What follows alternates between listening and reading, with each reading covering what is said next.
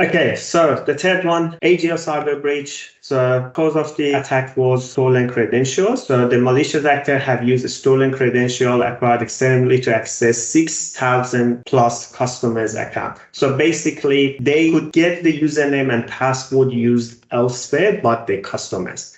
So that's one of the reasons that we always recommend do not use same password across multiple platforms. That's exactly what has happened with AGL. The hackers could manage to get the passwords of more than 6,000 AGL users from dark web. These are mainly the repeated password people use across multiple platforms. And that's how they could manage to get into my account platform for AGL and get access to more than 6,000 customers' accounts. As soon as they have identified the incident, they had to make a lockdown across all customer accounts. So if you are AGL customer, you have experienced that lockdown across your AGL account, which is not a good thing. So if you look at the cybersecurity, all the attacks, they either target your confidentiality, which is an authorized access to the data, or they target your integrity, which is the unauthorized change to your data, or they target your availability, which they don't want whatever the service or platform is to be available, such as the DOS attack and all that sort of things.